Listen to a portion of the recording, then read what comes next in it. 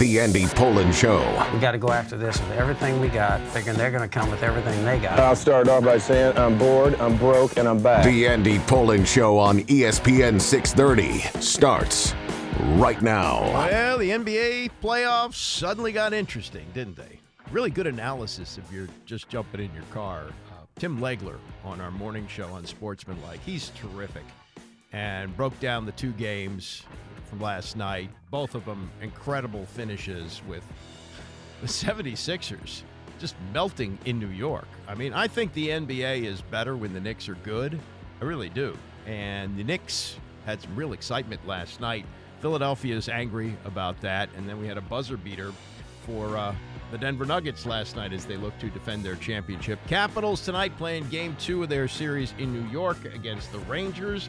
And some really good stories told by Jon Jansen on John Keim's podcast. Jon Jansen spent 10 years playing for the Redskins, 6 different coaches. You know, if you want a cross-section of the dysfunction in really the first half of the Dan Snyder run, because Jansen was here from 1999 to 2008 as Snyder was trying to learn on the job and basically just bumbling everything he did.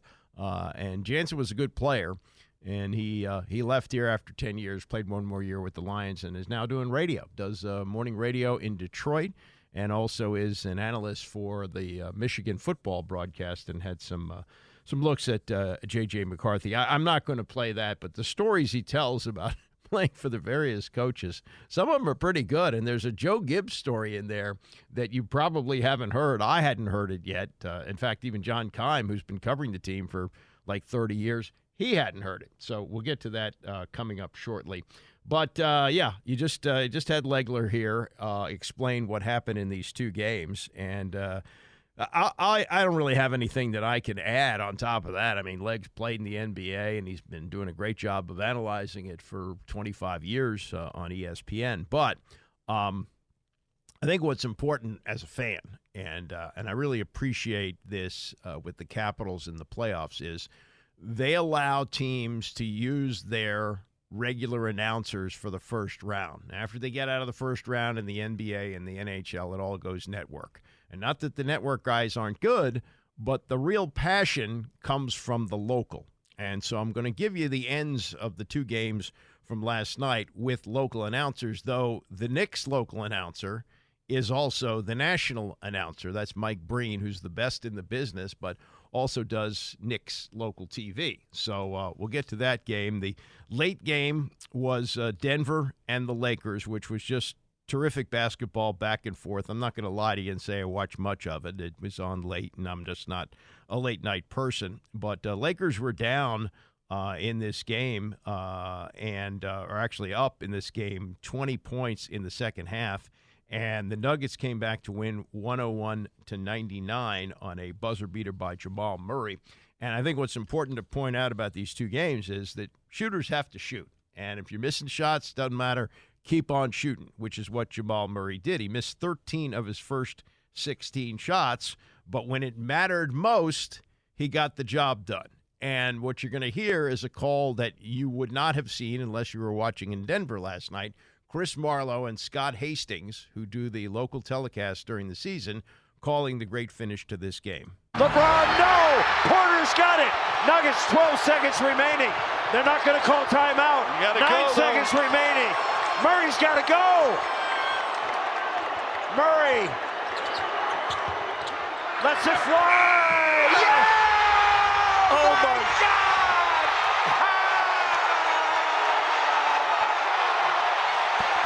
Oh, my gosh. Oh, my gosh. They are mobbing Murray in front of the Nuggets bench. Yeah, I mean, you can't get much more passionate than that. And they got the usual game out of Nikola Jokic, his triple-double, 27 points, 20 rebounds, 10 assists. The Lakers, their stars performed. Anthony Davis had 32. LeBron had 26. And, again, they built up a big lead. They were up 15 at the half. They got it to 20 in the second half. But the Nuggets are defending champions. They know how to get it done.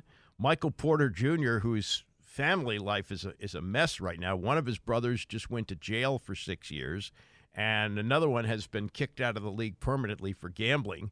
But he's able to focus, and he had a big game for the Nuggets as well as he scored 22. So Denver's up 2-0 in that series. And then the Knicks, who have been, kind of out of the playoff picture for years, back in it in a big way this year and winning an incredible game last night where they were down 5 points with 30 seconds to go, and they wind up winning the game 104-101. This is Mike Breen, who is, the national broadcaster for the NBA on ABC, but also the local Knicks announcer on MSG TV in New York. 8 on the 24. DiVincenzo, corner to Brunson. Sidestep, three-pointer. Shot. It's good! Took the bounce and went in. 2-point game. Ball knocked loose. And Maxey gets knocked down. Hart takes it away. Out top to DiVincenzo. His shot won't go. Hartenstein the rebound. Hartenstein gets it out to Anunoby. DiVincenzo a three. Bang! Bang! Knicks take a 1-point lead with 13 seconds remaining. Isn't that amazing? Yeah, Jalen Brunson, who is having a bad shooting night, just like Jamal Murray, hit the three to ignite that comeback. He finished with 24 points, but he went 8 for 29 from the field. Hart had 21. DiVincenzo scored 19 points as they pull off this enormous comeback to take a 2-0 series lead. The Sixers are whining about this. The coach, Nick Nurse, is complaining that he couldn't get a timeout when the ball was stolen away by Brunson, and he wanted to get a timeout. But as you heard Tim Legler say, he was a little timid about that. If you want a timeout, you got to get out there and let the referee know you want the timeout. He didn't get it. So the Sixers have put the 2 games that they lost under protest. I don't think it's going to go anywhere, but just to make a point to the referees. Now, you look back at how this game ended, and you got to say that Philadelphia's got to make a play down the stretch and could not do it. It's the 4th time in the playoffs that this has happened. One of the other times, and you may remember this was really incredible. The Miami Heat looked like they were going to be eliminated in the who they were playing? I forget who they were playing. San Antonio, right? San Antonio, 2013 NBA Finals. And remember, the Heat fans started to leave the arena thinking that it was over. And they managed to get back in it, and then there was a big 3-point shot hit, which allowed them to win the game and to go on and win the series. That was the second championship that LeBron won with the Miami Heat. That wouldn't have happened, but they pulled off this enormous comeback to force a Game 7, which they ultimately won. So that was very, very impressive last night by the Knicks and Denver, defending champions. I think Philadelphia has a chance to come back in the series. The problem they have is Joel Embiid is really limited. He can score, but he really can't get up and down the court. The knee is really bothering him. He tried to make it back this year and may have re-injured it in Game 1. He went down in the first half looking like he was in a lot of pain, came back and played the second half. But while he's scoring points for them, he just doesn't have enough mobility and did not have a rebound in the second half. And that's, he's the biggest guy out on the court. You got to get rebounds out of him. They couldn't do it. So here you got the Knicks with a 2-0 lead, and you got Denver with the 2-0 lead. Over to hockey, as the Capitals are down 1-0. Now, I think in hockey, and this is just anecdotal because I'm not a hockey expert in any way, but it just seems like you can't take one thing from a particular game and say it's going to carry over to Game 2. These series can flip on a dime.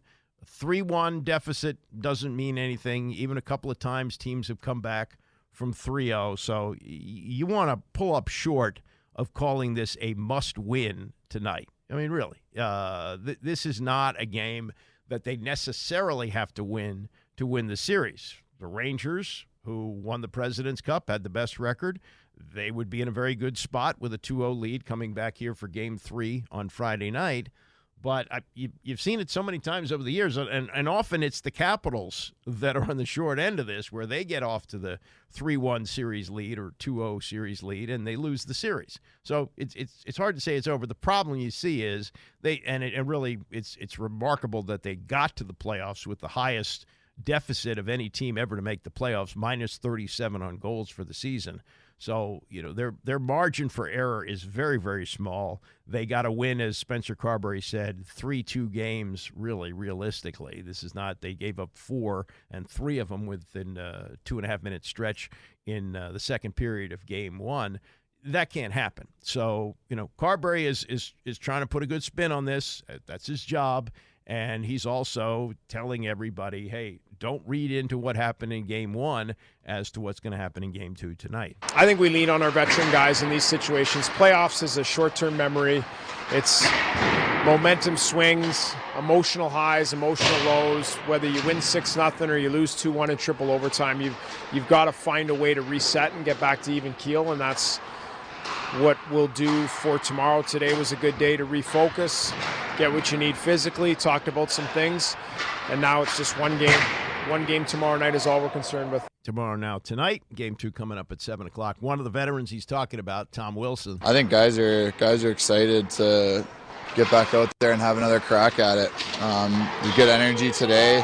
Guys get what they need, and I think the feeling after the game was, we're ready to go again. So we'll just get back at it, and the next game in the playoffs is always the biggest game. So it's a big game too, and obviously the guys with experience have to lead the way, and everybody else, make sure they're ready to go. Big thing, shots on goal. They had 21 shots on goal in game 1. Got to be more than that. 0 for 4 on the power play. Didn't look good doing it. And most importantly, for a team that managed to win half of their games, they won 40 games, half of them were 1-goal games, is you got to prevent the Rangers from scoring. And that's not easy because the Rangers are a really good team, and they're playing at home. I've covered games at Madison Square Garden for the Rangers in the playoffs. It's a wild atmosphere. It's a tough place to play. But we'll see if they rise to the challenge tonight. And even if they don't, just having watched enough hockey, enough playoff hockey over the years, 2-0 doesn't really mean anything. It doesn't mean much at all.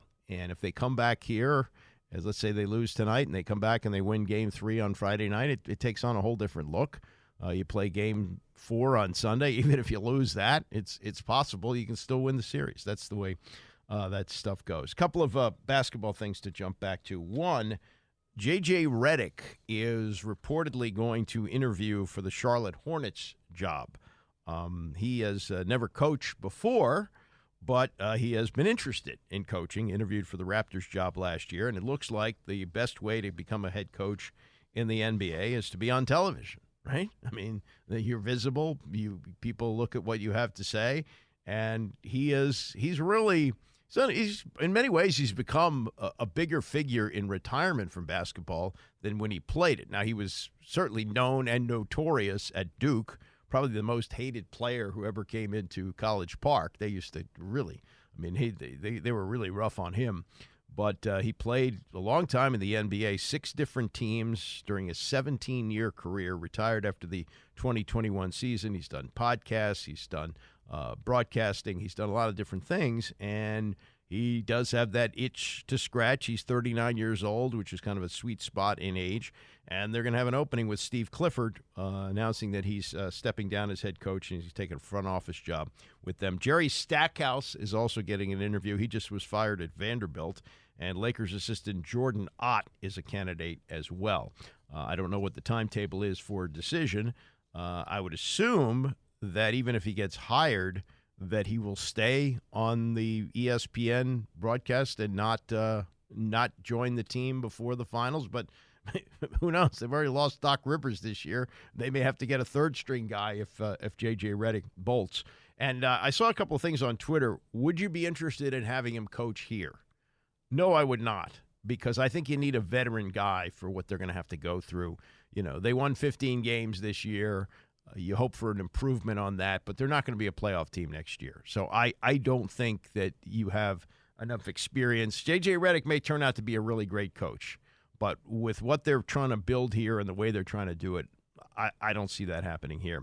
And the other NBA story is that this dispute of the ownership of the Minnesota Timberwolves is now going to go to mediation on May 1st. If you haven't been following this, Glenn Taylor owned the team, and he sold it to a group that includes Alex Rodriguez, and his partner is Mark Lore.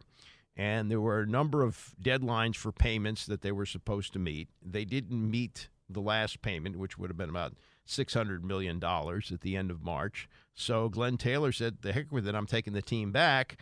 And Lure and A-Rod are angry about this, and now they're calling for a court case here to decide who actually owns the team. I would say this. Anything that Alex Rodriguez is involved in is usually slimy, and I would not want to do business with him in any way. So I don't know all the facts of this, a lot of complicated legal issues and contracts and when these payments were due and how they were supposed to be paid out and so forth and so on. But I wouldn't trust A-Rod as far as I could throw him. He's a notorious liar. He's been very popular, I guess, on TV, popular with the executives because they keep giving him jobs, and somehow is able to do baseball for both ESPN and Fox, which are competitors. I don't know how that works. But, yeah, anything that he's involved with, I look at it like, sleep with dogs, wind up with fleas. This is his history. He's got a history of this. So I don't know how the mediation is going to go, but if I were a Timberwolves fan, I would feel a lot more comfortable with Glenn Taylor coming back as the owner. Now, they're a good team this year. Number 3 seed in the West, and they have a 1-0 lead on Phoenix in the opening round of the playoffs. But I would say that getting rid of A-Rod would be addition by subtraction. Jon Jansen, 10-year player with the Redskins, with some really cool stories to tell about his time and the dysfunction that he witnessed. He talked to John Keim on his podcast about it the other day, and we'll play some of that as we continue. It's the Andy Pollin Show, ESPN 630. The Andy Pollin Show on ESPN 630, the sports capital. 60 years ago today, we had the first pitcher to throw a 9-inning no-hitter and lose the game. It was a pitcher for the Colt 45s, which became the Astros. But on this day in 1964, he threw a no-hit, no-run, or one-run game, I should say. But it was unearned run, and he lost the game. And we'll look back on that as we continue. So remember 1999, which was Dan Snyder's first year of ownership, but he didn't take over until late May. So he didn't have a chance to futz with free agency and the draft. That was the last draft that Charlie Casserly ran. And that was the one where Mike Ditka, who is the coach of the Saints and I guess the general manager as well, decided that he was going to trade his entire draft so he could move up a couple of spots to take Ricky Williams. He thought Ricky Williams was the be-all, end-all. He was in a market where they were trying to sell tickets to the games. Ditka was a big showman, did a lot of commercials, and thought that Ricky Williams, who had won the Heisman Trophy, would turn on New Orleans and make it into a football mecca. And so here he was shopping around his entire draft. And Casserly went, well, yeah, we'll do that. And they weren't looking for a running back because they had Stephen Davis, so it was fine. So they made the deal, and Casserly made a number of moves. He traded back up to number 7. He got Champ Bailey, who went to the Hall of Fame. Unfortunately, not playing for the Redskins. They traded him to Denver in the Clinton Portis deal, but that was a really good pick. And in the second round, he took Jon Jansen, who was a tackle from Michigan. Jansen had a couple of serious injuries during his career, but managed to play a lot of games and even played a number of games with 2 broken thumbs. He was a tough guy. They called him the Rock. Very popular player, big in the media. He's now doing media. He does the color analysis, I should say, for the Michigan football games, and he also does morning radio in Detroit. So he was on with John Keim on his podcast this past week, and John was really having him on to talk about J.J. McCarthy, who could conceivably be the Commanders' number 2 pick on Thursday night. But they swerved off into stories of Jansen's run here. He was here for 10 years, from 1999 to 2008, and played for 6 different coaches. And John got him telling stories about the coaches, starting with the third coach that he played for in his third year, actually the fourth coach, if you count Terry Rubisky as the interim coach for Norv Turner, who got fired during Jansen's second year.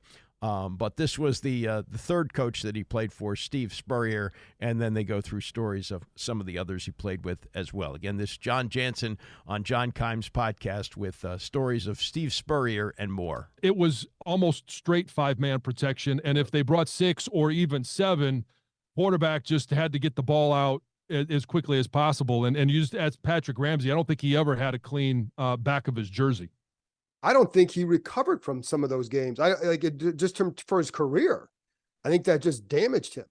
No. And I mean, you could hear the whole, the ear set. You could hear Spurrier on the sidelines. Throw the ball.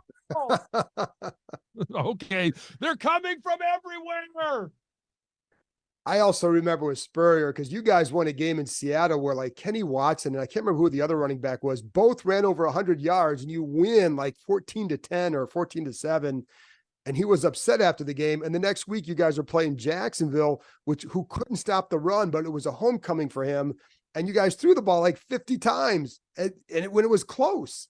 Yeah, I've got so many Spurrier stories. You know who that running back probably was? Who was the kid from Iowa? I think it was number 22. Liddell. It might have been Liddell Betts. Yeah. Great kid, great running back. Yeah. And yeah, I mean, that was probably after Stephen Davis. He didn't fit Spurrier's offense. This is a guy that was a record-setting running back for Washington in terms of touchdowns and productivity, but he didn't fit Spurrier's offense. So yeah, let's just get rid of him. You got a favorite Gibbs story?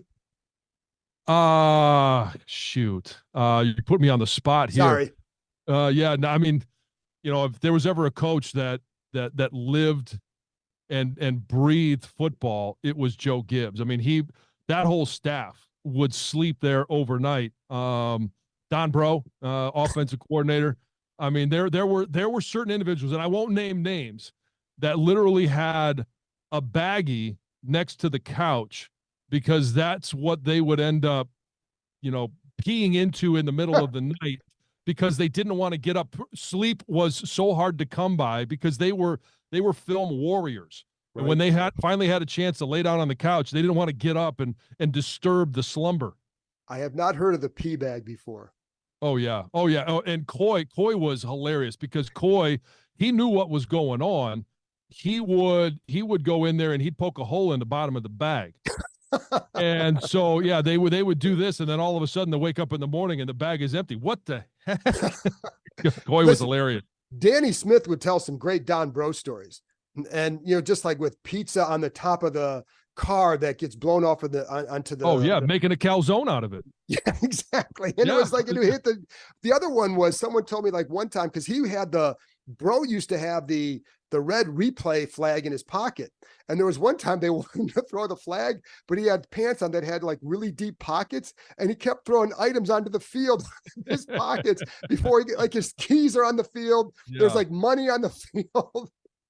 I'll give you a Danny Smith story. Special team coaches are a breed all of them to themselves. Yeah. They have to be because they're dealing with a different breed in terms of kickers. So he is extremely OCD. So you'd walk in, and this is when they had actual, whether it was VHS tapes or whatever types of tapes they would put in, he would have them stacked in his office, and they would be all, I don't know if they were alphabetized or, by date, by number. Well, he had a certain system. So Ethan Albright and I would, every once in a while, we'd go in there and we would either make it look like we moved one, or we would actually move one, but we had to make it look like, there was evidence that one had been moved. So he would spend the next week taking out every single one, trying to find that one that we moved, and then putting them all back in to where he had it all labeled and organized. That's fantastic. Well, you guys also, you guys would torment Brett Conway too. Well, I mean, yeah, he's a kicker. Those are easy. Kickers are easy to torment. But he got you. Was it you and Corey back? Didn't he get you guys back? Yeah. So the story is, the facts of the matter are, we were playing in San Francisco, and we won the division out there, my rookie season. And Larry Centers caught a nice pass to seal the victory.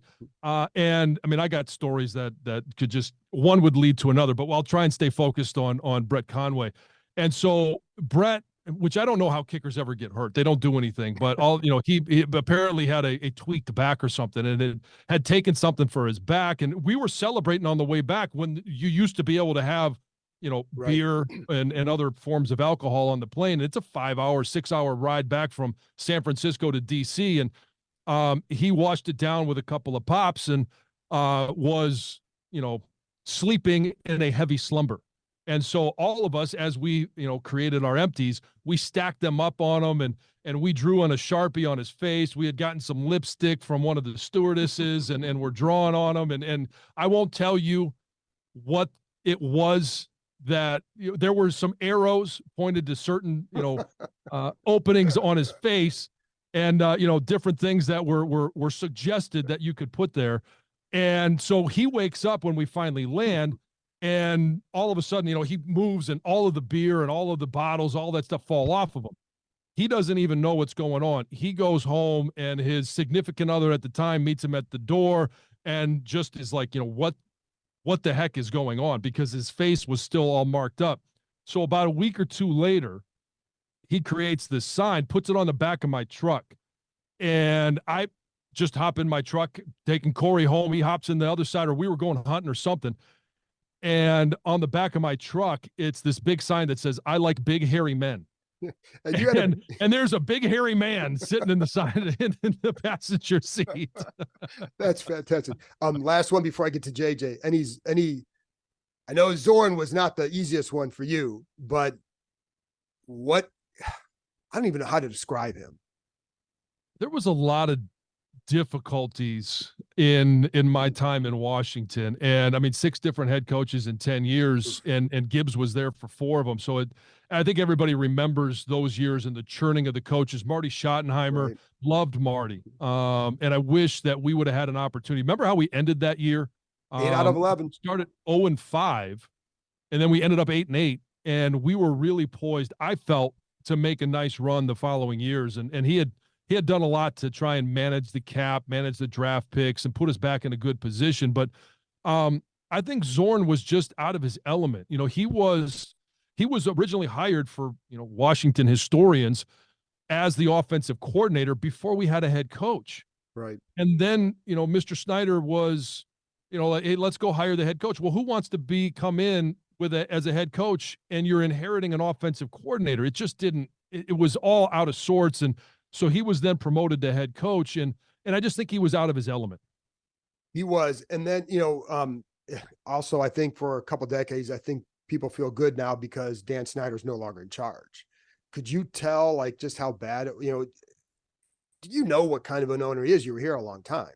Well, so it's difficult for me. Yes, it was a challenging time. It wasn't a productive time in Washington. But in regards to my personal interactions with Mr. Snyder, when I tore my Achilles, he did everything that he possibly could to give me the best medical care. And a lot of this was dictated by the union and that, but a ride on his private jet to get me back from the Hall of Fame game to DC, to be able to go down and have the best available medical care throughout the entire process. And then the same thing when I dislocated my ankle and broke my leg, he always treated me with the utmost respect, and my family as well. So I take that into consideration with, again, he's just probably out of his element, just like Zorn was a good coordinator, a good play caller, but not a great head coach. I think that there were certain aspects that Dan did really well, but there were also other things. I mean, he had no patience. And when you churn 6 coaches over in 10 years, and that didn't stop after I left, and you wear out the fan base to where when I got there was some ridiculous wait list on season tickets, like 20 or 30,000 people deep. And it was the spot on the wait list was one that was handed down when people literally died. Their kids were put in position to inherit that spot on the wait list. And then to think, 2 years ago, There were more Eagles fans, Giants fans, Dallas fans in the stadium than there were, Washington fans. That was really hard to see. It was, and it's funny because like I know a couple years ago, like they were telling like, hey, we quadrupled our season ticket base. I'm like, well, what was it at? And they don't want to say because it was so low. Yeah, I thought Jason Wright made a fool of himself when he was talking about that, because anybody who had followed this team for years knew how tough it was to get season tickets. Jansen, yeah, they may have said it was 20,000 or 30,000 or maybe even claimed it was 200,000. Whatever it was relatively difficult to get season tickets when he first came to Washington in 1999. But, all you had to do was look at the stadium the last few years. Either it was half empty or was mostly filled with fans of the visiting team. So the season ticket base dissipated to basically nothing. It was easy to see that. So there's that. Let me fill in a few other blanks on this. That's some really good stories there from Jansen, including the pee bags that Gibbs and his staff used. I mean, look, they came from a period of time that was a little bit different than the one they actually worked in period 2. You got to work smarter than that, but that's what they would do. They would stay up until 3 o'clock in the morning going over the film, arguing over plays, try and get a few hours of sleep, and then coach the team. And that's, those guys were in their 50s and 60s at that point. It's difficult to sustain, but that's a pretty funny story, just so they wouldn't have to spend the time. And when you're older, you do have to get up in the middle of the night to go to the bathroom. You'd have a pee bag next to where you slept on the couch. Well, Coy Gibbs, sadly the late Coy Gibbs, Gibbs' son, who worked as a quality control assistant with the team, would play games and put holes in the bags of the coaches so the pee bags would leak all over the place. The stuff at the end about Dan Snyder and putting him on his private plane when he got hurt and getting him good medical attention, that's what you're supposed to do. I mean, that's an asset you have. You have a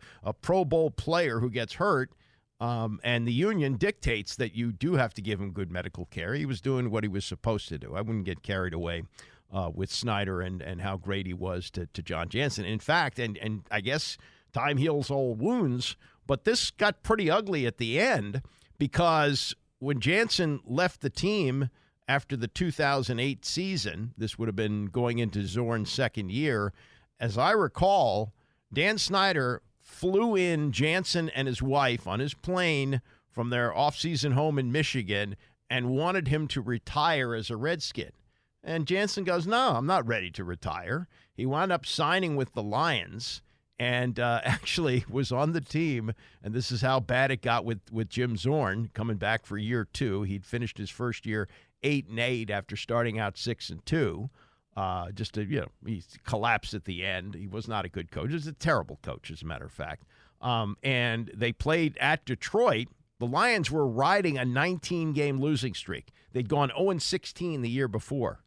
And Zorn and the Redskins lost that game. And Jansen, who was a backup tackle on that team, spent most of the game just jawing at his ex-teammates and making fun of them as they were losing to the lowly Lions. And as the story goes, Dan Snyder flew back to his private airplane hangar, wherever it was in Virginia, and decided that night he was going to hire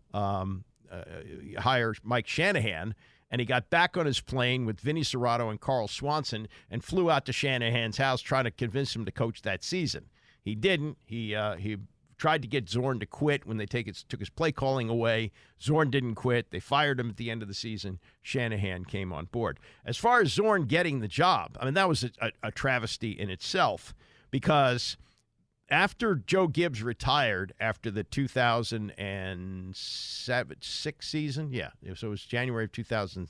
No, it was after the 2007 season. No, 2006, whatever it was. Whenever he retired after 4 years, they were going to hire Jim Fossil. Jim Fossil had coached the Giants, taking them to a Super Bowl where they lost to the Ravens in 2000. And Fossil said that he was going to hire Jim Zorn as his offensive coordinator. Well, Zorn at the time had never risen above a quarterback coach in Seattle, and he was coaching under Mike Holmgren that year, and they already had his replacement in place. Holmgren had Jim Mora Jr. on the staff. Mora Jr. was going to take over the following year. He said to Zorn, hey, you better look for a job, because when I become head coach, I'm not even keeping you as a quarterback's coach. So rather than wait to hire a head coach or wait to even hire Fossil and then bring in Zorn, Snyder goes ahead and hires Zorn as his offensive coordinator. And, of course, when he talks to candidates, what are they going to say? Oh, I'll be happy to have him as my offensive coordinator when he's never risen above quarterbacks coach in the past. And the coach-to-be in Seattle has already said he's not staying on my staff because he's not good enough to be my quarterbacks coach. And so once they got the final no from Steve Spagnuolo after the Giants won the Super Bowl, it's already late February, and they got to do something. So they hire Zorn. And it was a disaster. It was just terrible. So I play those because I remember those days. It's a cross-section of the first half of Dan Snyder's run as owner of the team, and it's just dysfunction after dysfunction after dysfunction, stupid, impetuous decisions. The only good one was Marty Schottenheimer, and Marty Schottenheimer left after 1 year, or was fired after 1 year because Snyder was impatient and wasn't having enough fun. The one thing that Marty said when he took the job is, if I'm the coach, I got the final say on everything. Snyder didn't like that, and so that led to the churn and burn that continued through guys like Steve Spurrier and Jim Zorn, and the rest, as they say, is history. Coming up next hour, more on this flap about Top Golf, what Drake May says the whole thing was about. And also John Beck. Remember John Beck? Just a terrible quarterback for the Redskins. He's now a quarterback guru, and he's looked at the prospects, coached a couple of the prospects, talked about them yesterday on the Rich Eisen Show, and we'll get to his look at J.J. McCarthy and Daniels as we continue. It's the Andy Pollin Show, ESPN 630. I'm going to play shortly the reason that I'm kind of happy that Caleb Williams will be gone by the time the Commanders pick on Thursday. I know. He could be the next great quarterback. He may be the second coming of Patrick Mahomes. He has been excellent in his 3 college years, 2 stops, Oklahoma and USC. And he is the consensus number 1 pick. Could be a shocker. The Bears may not take him, but it's expected that they will. But something he said on a podcast the other day with Ryan Clark has me saying, yeah, okay, if he winds up here, yeah, I mean, you hope for the best, but if he doesn't, they may be dodging a bullet at the top of the draft, and we'll get to that coming up shortly. Capitals, as you know, are trying to even the series tonight against the New York Rangers, and I don't know a whole lot about hockey, but I know you got to put the puck in the net. You know, that's the name of the game. In fact, years ago in New York, there was a talk show host named Art Rust Jr. This is the days before sports radio took over, so this would have been 70s and 80s. And he was on WABC. And Art Rust was an old-time guy, and he knew a lot about baseball. He knew a lot about boxing. He knew some about football, but he knew nothing about hockey. And when you do a talk show, especially in those days, you give a little spiel on whatever you want to talk about at the beginning, and the rest of the show is pretty much talking to callers. And callers, prior to the days of like structured call segments in sports radio, it was open line. You know, it was only an hour and a half of sports talk a day on WABC, so you had to fill up the needs of everybody. And hockey's a big deal in New York. They got 3 teams.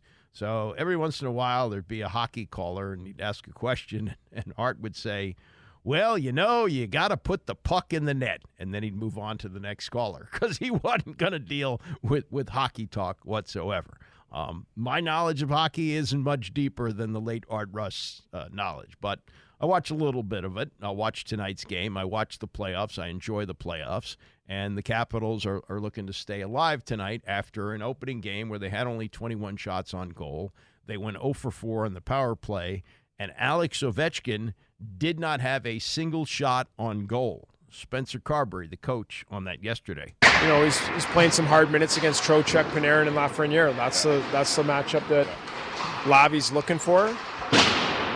And so those are tough minutes. You're playing against one of the top 5-on-5 lines in the National Hockey League, and so we've got to do a job of finding ways to counterpunch that with them being able to play in the offensive zone and create some opportunities for themselves, which they can do a better job of. Lavi, of course, Peter Laviolette, the coach of the Rangers, who coached here for the last 3 years. Tom Wilson, talking to reporters yesterday, same thing, getting more shots on goal. I think the shots will come with the rest of the game plan. I mean, shots are never the be-all, end-all. You need to do things in order to get yourself into the position to shoot pucks and funnel pucks to the net and get to the goalie. Obviously, if you're in the neutral zone, you can't shoot the puck. If you're in the D zone, you can't shoot the puck. So we got to get to the O zone. We got to get some more time with the puck, and then you'll see pucks start kind of funneling to the net a little bit more. But we'll tweak some things and hopefully get to their net a little bit. Yeah, I think sometimes you need to stop and reflect a little bit. Standing there on the blue line in that building, in that atmosphere with the music and all that, and it's really cool. I mean, it's something you can never take for granted playing playoff hockey. It's my favorite time of year. It's something that, as a kid, little Tom telling these guys that you're playing at MSG in front of that building against the Rangers, you'd be pretty pumped up. So it's always fun to kind of reflect and get excited about those games. That being said, it's our job now, and we got to make sure that we're dialed in and focused on executing our game plan. Game 2 tonight, Game 3 Friday night here in D.C., and then they would play Game 4 on Sunday, and hopefully for the Capitals it's not over then. But if it is, then they're on the golf course in May. If not, Game 5 would be May the 1st. So a little bit of Caps flavor heading into Game 2 tonight. Let's get back to the obsession at hand, the quarterback battle. Who is it going to be at number 2? Who is going to be the quarterback that the Washington Commanders will take at number 2? John Beck, who was a miserable quarterback for the Redskins back in 2011, is now something of a quarterback guru. And he was on Rich Eisen's show yesterday, and he had a look at J.J. McCarthy and Jayden Daniels, and we'll get those couple of takes from him coming up shortly. But the whole thing, and I guess years from now we'll look back on this and we'll say, God, this stuff about Topgolf was ridiculous. I mean, people wigging out about that. Or we might say, well, there were signs that, whichever quarterback they take, whether it's Drake May or Jayden Daniels or J.J. McCarthy or even Michael Penix, there were signs there that said, oh, boy, he shouldn't have taken him. You should have known for the Topgolf event that he wasn't your guy. Or they learned something about him at Topgolf which convinced them he should be number 1 or number 2 pick, and now he's a franchise quarterback. It's going to be interesting to look at this in the rearview mirror. In the meantime, Mike Florio, who really latched onto this early, like he said, oh, God, this is bad news. You're bringing in all 4 quarterbacks at once. They don't get the attention. He really ginned up the drama on this, and he's not letting go of that stick. He was on yesterday on the Dan Patrick Show on the drama that he helped to create about this Topgolf event. I think there's real drama. Look, Dan, there's a new ownership group, and that's good news for Commanders fans because it's anyone other than Daniel Snyder. But this is Josh Harris's first draft. I was told last week that he's more involved in the football operation than people thought he was going to be. Most owners are more involved than we know they are. They don't want us to know they're involved because they don't want to take the blame for the bad decisions. They want to be able to pin it on the GM or the head coach. That's why I respect Jerry Jones. I mean, he's out there. There's no hiding behind anyone. It's his decisions. And I think for a lot of these teams, it's the owner's decisions. And what they did last week with this Topgolf 4-quarterback square dance for whatever purpose they were trying to prove. And I think at the end of the day, they brought them all in at the same time because the owner was available one day, and that was the day he was going to be there, and he wanted to meet all 4 of them that day. I think that's the easiest explanation.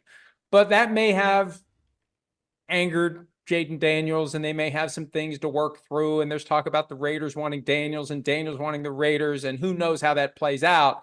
So we'll see. We'll see. They have to want Daniels, and at some level you have to think that your potential franchise quarterback wants to be with you. Franchise quarterback is a higher level than the other players. It's a guy who shows up early, stays late, is basically an extension of management. If he doesn't want to be there, that's a problem. Oh, okay. So it's a big deal to Mike Florio still. We have not heard from Jayden Daniels on this. His agent put out some things on Twitter, liked some posts, things like that led you to believe, Jayden Daniels got the short shrift here. Didn't get enough attention. Well, this is Drake May. And he's a golf guy, and he's He's got 3 older brothers, plays a lot of golf, very competitive, probably right at home at Topgolf. So you take that into consideration.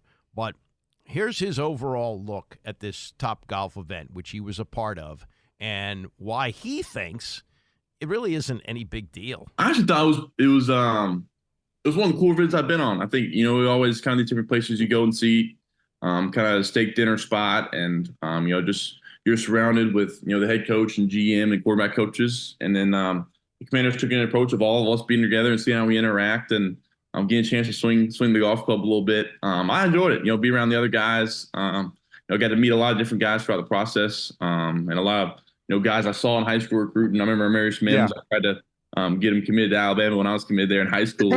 Again, full circle. I know JJ well, and seeing Jayden and those guys was I think it was a really cool experience for me. I think we all got our separate time with the coaches when we need to. It's not like we didn't do any of that. But Topgolf was just a way for us to get out and do something fun the evening before. So, were you the best golfer there?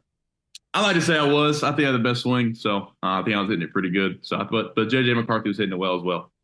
Yeah, okay, good. Paul was hitting it well. The Iowa tight end, he was hitting it pretty good. So, but you thought it was just a good, different experience to kind of meet the guys. Yeah, something that it changed it up. I thought it was pretty sweet. Okay, and he did not mention Jayden Daniels, so it's possible either Jayden Daniels didn't want to play golf or wasn't good at golf.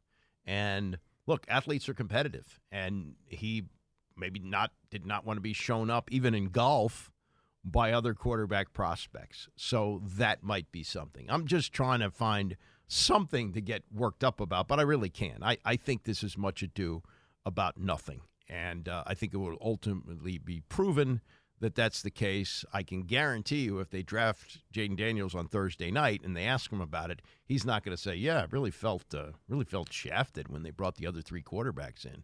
I don't think it's going to go that way, but it's a thing.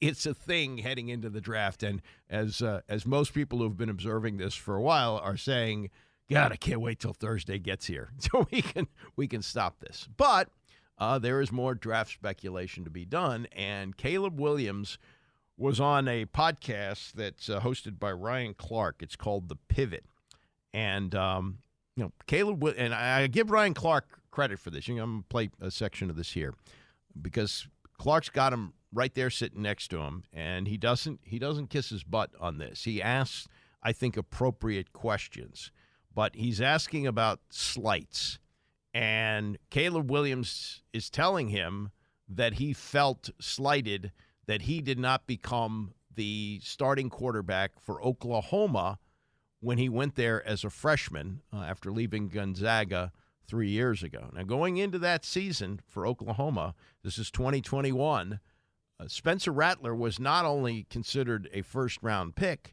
he was a Heisman Trophy candidate.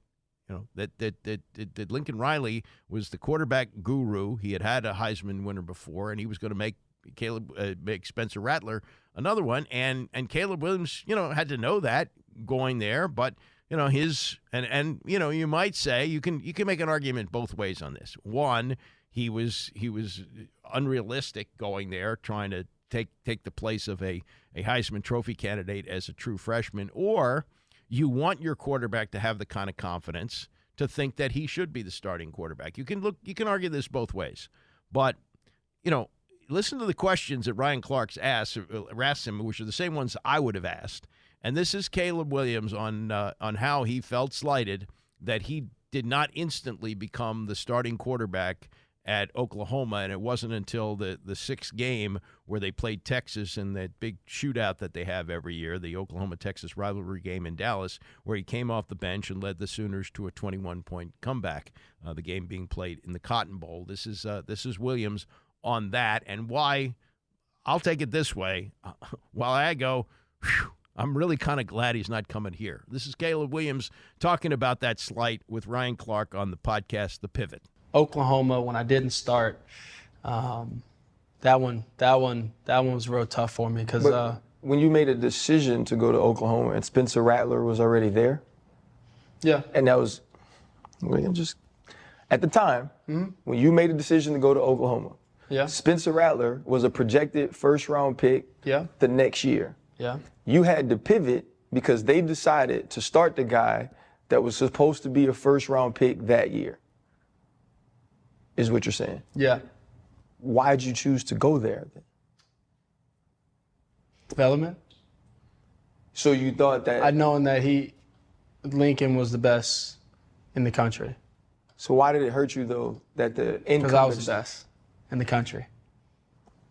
Explain that to me. You make a decision to go to the school that has a starter that's coming back, that's supposed to be a first-round pick. I told many people before I went there, and there's a backstory to it also. Why I was so fired up. I told people before I went there that I was gonna start and play and beat him out.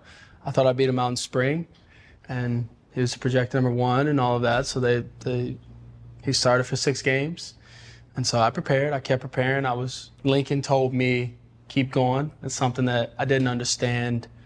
Those 2 words I did not understand when he told me, because I wasn't asking him. I wasn't coming to him to beg for playing time. I never came to him. I came to him and asked him, how do I do it? How do I beat this dude out? Because he never let me get reps with the first team. He never let me get reps with, the older guys and things like that. So I took advantage of my reps. I got after it, I put my head down. And at a certain point, I felt like, I beat him out. And I got to, at some point, and I went up and asked Link again. I said, how do I do it? How do I beat him out? How do I, what can I do to put myself in a position that I believe that I should be in and want to be in and trying to get to? And so he told me, keep going. He didn't give me any other advice. So that's his words that he told me. And at the time, I was so angry, so frustrated, because I didn't feel like that wasn't what I wanted to hear, because I felt like I was the best. I felt like I could have helped us win, all the games, getting more reps, getting later in the season, and I'm ready for those moments, later in the season. So I didn't get those reps. So I kept preparing as best that I could. So when I had my moment, there was no way that he was ever going to get it back. So it goes back to I watched and learned Tom Brady. Yeah. For Drew Bledsoe is when you prepare. When you get your moment, because you never know how long it's going to be. You never know what's going to happen. When you get your moment, you don't give it back. And so that was my mindset and plan. And I went there saying that I was going to beat him out. And I feel as if I didn't happen. So I had to pivot. I had to change. I had to keep going and adjust to what the position I was in.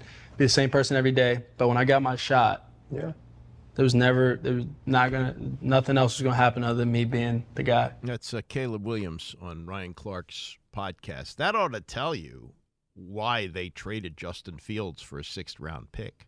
Because you heard a lot of this. Hey, why don't they just take Caleb Williams at #1, bring them both to camp, wait and see if another team has an injury, and you can trade Justin Fields, or let them battle it out in camp and see who wins the job. Well, Caleb Williams, he's making it pretty clear there. When he walks into a new situation, he expects to start right away. He's great, and he was good enough. This is a high-level high school football program. It's a national program at Gonzaga, and he started at quarterback as a true freshman.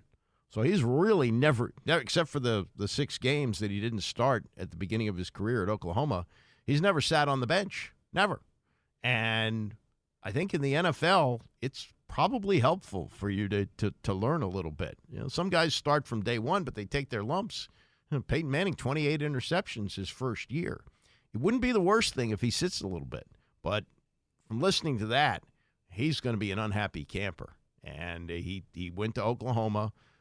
Probably, I'm sure he was told, has to be told by Lincoln Riley, look, I'm going to give you a chance, but if it's close, Spencer Rattler's the guy. He's spent time here. He's got a chance to win the Heisman Trophy and a chance to be a top draft pick. I'm not going to have him looking over his shoulder at you all the time. I'm not going to tell him this is an open competition. He's going to be the starting quarterback. If he falters, I may go to you, which he did in the Texas game, but I'm going to also support him. That's my job as a coach. Your opportunity will come. You're a freshman. Rattler's, he's going to leave. He's going to leave after this year, which he did, and he had to transfer to South Carolina, played 2 more years, while Caleb Williams played 2 more years as he went with Lincoln Riley to USC. So I think that it's a dicey situation when you bring him in. You better hope he's good and ready to go in day one, but reality is that's not the case, even with quarterbacks who become great. And Brady was a 6th-round pick. Probably helped him that he didn't play at all his first year and didn't play in the first couple of games of his second year before Bledsoe got hurt, and the rest is history. But I would say that listening to that, I'm kind of comfortable with the idea that Caleb Williams won't be a Commander. You've heard the saying, those who can do, those who can't teach. I think it's a little unfair to teachers. My son is a teacher. He was a good student and a good teacher and a good person all around. But you know, you also hear like, and this is true, like in baseball, Whitey Herzog, who just passed away at the age of 92, Hall of Fame manager, said baseball was very, very good to me when I stopped trying to play it. He was a guy who bounced around a little bit, played actually for the Washington Senators at one time. Earl Weaver, I think he may have gotten a cup of coffee in the major leagues. Joe Torre was a very, very good player, was an MVP one year. So it doesn't always go that way. But in many cases, there are players who become coaches or managers who weren't very good players. And then there's John Beck. Remember John Beck when he was here? He was here in 2011 with the Redskins. And that was the year before they drafted RG3. And it was an open competition in training camp. Rex Grossman, who was an interception machine, and John Beck. That was after the failed experiment with Donovan McNabb, who was here in 2010. And Grossman won the job, but Grossman was Grossman. He threw a whole bunch of picks. So they went to John Beck in the middle of the season. He played, not very well, but played okay in a game against the Carolina Panthers and their rookie quarterback, Cam Newton. The following week, he played just an awful game against the Buffalo Bills. It was a game played in Toronto as the Bills were shopping around for a possible new place to play. And he was god-awful. He was sacked 10 times in that game. And then they played the San Francisco 49ers, and he was really bad in that game as well. And I think he threw for like 120 yards and completed 10, 12 little short passes to a running back. I mean, he was just bad. He was just overall bad. This is a guy who was a 2nd-round draft pick after being a great passer at BYU. You know, a lot of guys fail in the next step up.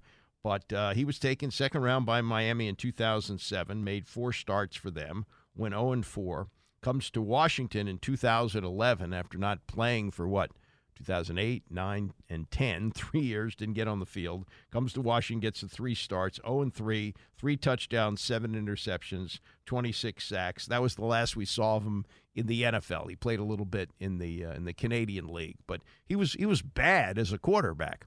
But now he is caught on with Tom House. Tom House, a former relief pitcher in the major leagues, famous for catching Hank Aaron's 715th home run in the bullpen when he was a reliever for the Braves. But they work with quarterbacks, and they have worked with some really great ones. They have worked with Tom Brady, Drew Brees, Matt Stafford.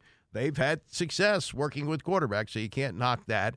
And they are working with a couple of the prospects who the Commanders are reportedly considering to be the number 2 pick of the draft, mainly Jayden Daniels, who seems to be the betting favorite, although it's getting closer with Drake May. But Daniels seems to be the favorite for them to take at number 2. And the question is he durable enough? And is he strong enough to survive in the NFL? He weighed 210 at the Combine. This is after weighing 195, I believe, when he was a freshman at Arizona State. And that's a question that I don't think John Beck can answer, but this is what he says about the size of Jayden Daniels as he was talking to Rich Eisen about draft prospects yesterday. When you turn the tape on, he does get blown up sometimes, and I think he knows it and kind of laughs about it too. Like, I got to keep improving in that area. And look, it's tough to say. There's something about people, the way their bodies are put together. I've seen some dudes that just look absolutely as put together as you could ask for. And you're wondering, oh my gosh, like there's no way that buddy, that he's going to get hurt, and he gets hurt. And then you see somebody else that they don't look like, man, gosh, if that guy takes some hits, he might, really get hurt. Mm-hmm. But he doesn't ever sustain like the super serious injuries. Yeah, the sprained ankle, the AC separation, there's little things here or there. but it's not the serious injury. So, yes, he's been blown up. I've watched games where I'm like, oh man, and he's had to leave the game and he comes back in, but he's always just kept battling. And so to me, it kind of goes to that point of, I don't think you can say, I can guarantee that this player is or is not going to get injured. But I think for a guy that has played in games and been hit pretty hard, he's always finished out seasons. He may not have always had games that he played every single snap, but he came back in the game. So it tells me he's a fighter. He's going to play with some type of bump and bruise. And for whatever reason, he's been a little bit lucky, knock on wood. He hasn't sustained like those major injuries. I'm assuming there's not, but I'll ask you anyway. Is there a drill that you can run and not get hit? I mean, I don't know, man. You're walking around somebody with a big broom and just sweeping it, and he's got to slide under it. Or something I've seen coaches that do like sliding drills. I've seen coaches that do like, hey, when we're going to get down, you're going to go head first, feet first, all this stuff. I mean, I just kind of think like there's certain people that have a knack for it. Like I look at Lamar Jackson. He has a knack of just boom, getting down, like avoiding major blowups. And I don't know if you can teach it. I don't know if it's something like I've had that question asked to me. Is it the style the kid played growing up through Pop Warner ball, all the way up into junior high ball? Is it something when you are just the most elite athlete on the field, you may not have had to have learned it, but maybe some of the guys that might have developed a little bit later might have been a little bit the less mature. I'm going to get what I can get, then I'm going to get down. And then as they take off maturity and they excel, they've grabbed a hold of that ability to not take a hit. I don't know. I mean, I don't think that there's like a specific drill, like let's bring this drill into camp and we'll fix this. But you speak to him about it though, right? Yeah, I mean, kind of like in a joking way, we'll be like, bro, hey, you got to get down. He kind of laughs and he's like, oh man, like that one wasn't, I wasn't expecting that guy to catch me that clean. I mean, I think he's smart about it. I think it's something that he recognizes as well because the NFL season now is longer. So not only is the punishment a little bit different, but now the season's longer. And if you want to play into the playoffs, you're now talking about like, how do I feel when I'm at game 19, 20, 21 of the season? That's John Beck, quarterback guru, on one of his pupils, Jayden Daniels, who could come here. He's right about the length of the season, 17. I think it's going to be 18 before you know it. The comparisons to Lamar Jackson, remember, Jackson finished last season, but the previous 2 years he didn't because of injuries. And it takes a while for these quarterbacks to learn how to protect themselves. And the sliding thing, that's kind of instinctive, as we saw RG3 couldn't do it. Daniels may be better at it, may be able to do it. I don't know. But that would be frightening to me. That's a little scary when you hear that stuff. And, hopefully he'll learn in the NFL. And also, the players are bigger, stronger, and faster. They get there faster. So that's got to be something that's got to be a big concern about that. But, no quarterback prospect is perfect. J.J. McCarthy seems to be moving up the charts here. We began this offseason after the Super Bowl where McCarthy was clearly the number 4 pick, and it was going to be maybe mid-round. Well, now it's, he could go as high as 4. He could go as high as 2. There are people who look at the way Adam Peters does business and says, that's his guy. You look at the analytics, it's J.J. McCarthy. This is John Beck, who has coached McCarthy, and what he sees in him and overcoming what a lot of people say about him is that, oh, yeah, he quarterbacked a Michigan team that had a great defense and a great running game and didn't have to do much. Here's the Beck take on J.J. McCarthy. 2.5 years ago, one of my coaches from the Ravens became the quarterback coach there. We got connected. I got to start training J.J. from the get-go. The kid has so many things going for him. You can just see the love of the game, the work ethic, the talent, the drive. He has so many pieces. And it was very cool to see it play out on the biggest stage of Michigan to put together a year like that. And here's the thing, too. I sat in the stands for that TCU game. I was there for the playoff game. Me too. He made some great plays. And I know there was a couple plays here or there that he's like, oh, I wish I could get that one back. To go through that heartbreak, but then to know we have a chance this next year to do it, and they run the table and do it. That's pressure that's going to feel like what the NFL feels like, like there was an expectation that they felt. There was, as they were going through this thing, people are saying, could Michigan be the best team? And when you're the quarterback of a team like that, whether or not how many times you throw a football in a game, you still deal with what it feels like to be the pressure of a potential national championship team. Well, and again, the red flag for him, and as we brought up, with Jayden Daniels, and when we talk Penix, I'll bring up a red flag that's specific to him as well. The red flag for J.J. McCarthy is exactly what you alluded to. The sense that Michigan's dominant run with him at quarterback over a 2-year period, with the exception of losing to TCU in that Fiesta Bowl, it's, I wouldn't say in spite of him. It's not that negative, the red flag. It's as if it's not because of him. And the quarterback, that's what you need, is to win games. What the championship games is, we're winning because of you. You're putting us on your back, and he's never been asked to do that. How do you respond to that? Well, I think it's okay for me to share this. Like, I sometimes obviously know things that I don't share. But I think it's okay to share this. Like, JJ knows that. Teams ask that. Teams ask, why did they take the ball out of his hand? Or why did they take the air out of the ball to win football games? And his response, I thought, was great. And I feel comfortable sharing that. He says, look, we knew to be a national championship football team, there was going to be a game somewhere where we were going to have to win in the fourth quarter, throwing the ball in the second half, putting together a 2-minute drive, winning, throwing the football in the red zone. Because that's what teams say. You don't see a lot of drop back passing in the red zone because they're going to be dominant handing the football off. You don't see a lot of fourth quarter, third down passing the football because they're usually playing with a lead. So how do we evaluate this? I love his response. He's like, we practice that always. We were always practicing against our really good defense, 1-against-1s. We practiced 2-minute drives. We practiced third down drop back passing. We practiced red zone passing because somewhere along the way, if we wanted to be and achieve what we were set out to do, we were going to have to do it. So we practiced it. So he's like, I know my reps that everybody sees on game day, it doesn't show all of that, but I know all the work that we've put in as a team, that I've put in as a player in that aspect of my game in practice against a great defense. And they did it against Alabama. They had to come back in the fourth quarter, throw in the football, win a game against Alabama. So, in the game that he needed to do it, he did it. But I know that in the evaluation, that's the thing that all teams, they all ask that. They ask that of him. They ask that of me. They ask that of, I'm sure, his coaches. But look, it's a challenge, right? And the thing I love most about J.J. McCarthy, he approaches the game of football the way you're supposed to play it. I tell teams this. I've been on some rough teams in the NFL. And you gather together as players and you say, look, to get out of this funk, we got to play this game like when we were kids. And we just let go of the outcome. We let go of these things, and we just play the game because we love it. I think JJ is the epitome of that, and the way that he plays this game is how you're supposed to play the game. You're supposed to keep that. Look, Brett Favre used to say it all the time. Like, this is a kid's game that we get to pay, and we get paid a king's ransom. Like, you got to have that inside of you that you're playing the game for the right reason, and I think he does that always. There is something to that. You've heard that there are players who don't love football. And loving football is a big thing. I think all these guys who are at the top of the draft love football, but John Beck on J.J. McCarthy is McCarthy's love for the football so much higher. I don't know, but that's his look at him. The part about, I think this is true, for a lot of college quarterbacks. Although Caleb Williams' defense was so bad last year at USC, and his offensive line was so bad that they had a mediocre record.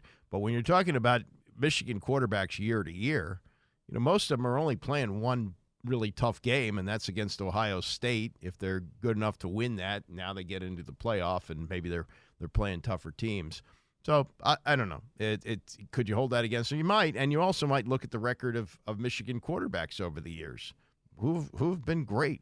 Jim Harbaugh, was he great? He played a long time, but he was not a great quarterback. They just haven't produced them. And McCarthy may turn out to be good, maybe not great. Who knows? But he has made a big charge up the charts, and some of it has had to do with the way he interviews. And maybe what Beck is talking about, his love for the game, is being conveyed to the people he talks to, and that has helped him as well. As far as, the game tape, they've got all that. They've got the stuff from the combine. They've got the individual workouts. They've got the meetings. JJ was here playing golf with everybody else, and I don't know if that means anything at all, but that's the analysis of John Beck. And you may snicker at hearing his name because of how bad he was as a quarterback, but it looks like he's got a really good reputation as a quarterback coach, and he is coaching two of the prospects that the Commanders are considering at number 2. All right. Coming up, Mike Callow sits in for Tony. Tomorrow, we'll play some of what Mel Kiper said to me a week and a half ago about the draft, with the draft coming up on Thursday, and a whole lot more. Enjoy the rest of the day, and I will see you back here tomorrow morning at 9 a.m.